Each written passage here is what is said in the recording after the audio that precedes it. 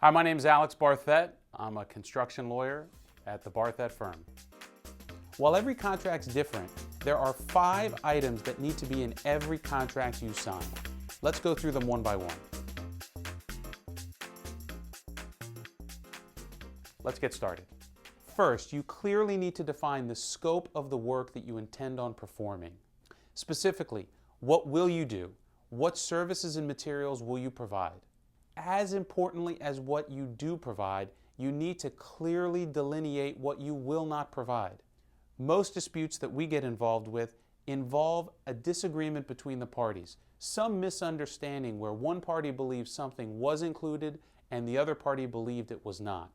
To the extent that you know that there are certain things that your price does not include, make sure to include an exclusions provision. That is, what is not included in your scope of work. By just doing that one thing, you will save yourself a tremendous amount of headache. Next is price. Obviously, it goes hand in hand with the scope of your work. Whether you're signing a cost-plus contract or a stipulated sum contract, the price is critical and that it mirrors the scope that you intend on providing. Third, and critically, are the payment terms. When will you be paid? Most contracts say that you will be paid within a certain amount of time of rendering your invoice or payment application. However, most contracts, unfortunately, also include a pay when paid provision. This means that if the owner doesn't pay the contractor may not pay you. If so, you need to know that that contract provision exists in your contract and be prepared to deal with it in your negotiations. Fourth is the start date.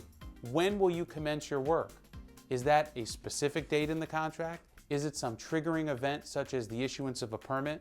Whatever it is, it's important that it be defined clearly in your contract. Fifth and finally is the completion date. When are you expected to finish the work associated with your contract?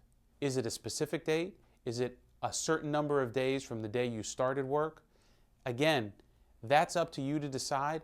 The important thing is that the contract that you sign include when the completion of the work is supposed to occur. This becomes critically important to the extent there are damages that may flow from you being late on the job, such as liquidated damages.